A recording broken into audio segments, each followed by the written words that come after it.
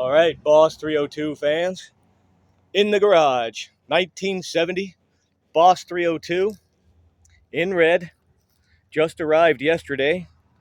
Real nice driver. This is a homologation car.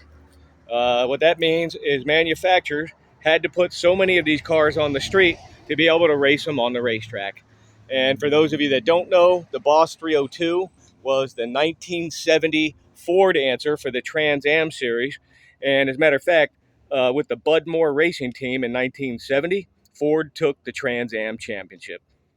And it was this model, the race version, that won it all for them.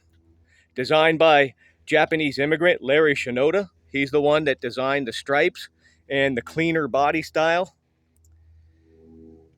And definitely a home run.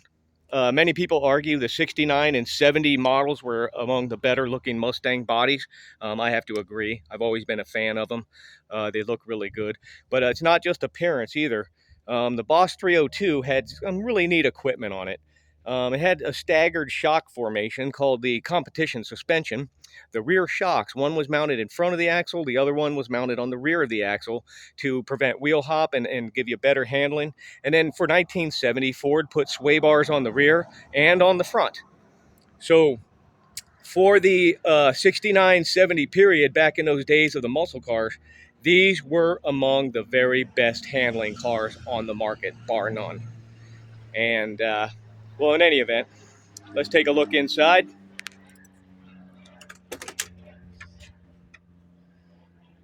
Very presentable. There would be a different steering wheel on there for a Boss 302. This is a Mach 1 rim blow steering wheel. Very nice condition, beautiful. It's not exactly correct for the car, but I'll leave it on there. I don't care. This is a driver. This is not a concourse car. There's a cue ball shifter on it. The Hurst T-handle is in the center console.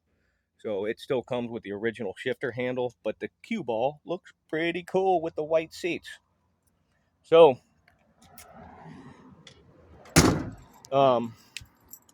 let's start it up. Okay, jiggling the camera a little bit.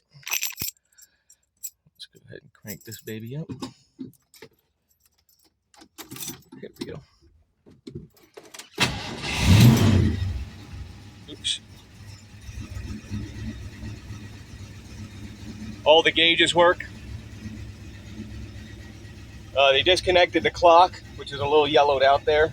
It was draining the battery, so. And you have the shaker hood. And let's give it a little gas. You'll see why they call it the shaker. All right. Well, in any event. One of the hallmarks of Ford is that infamous shaker hood. So let's take a look at the engine, see what we got going on here. Overall, a pretty clean car. And, yep, got the shaker assembly, hole in the front hood for it. Pretty clean. I plan on doing a few things to it. Little odds and ends just to make it look a little more stock.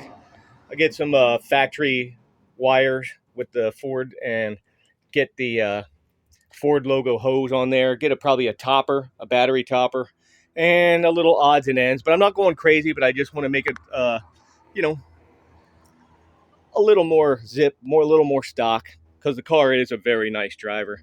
But I don't want to go too far because that's why I bought this vehicle.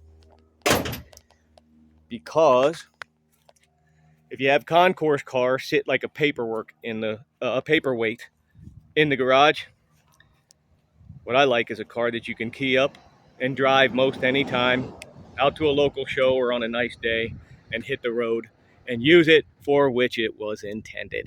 So there you go, Ford fans. This is Gau's Garage coming to you from Venice and a beautiful red Boss 302 with Marty Report. Thank you.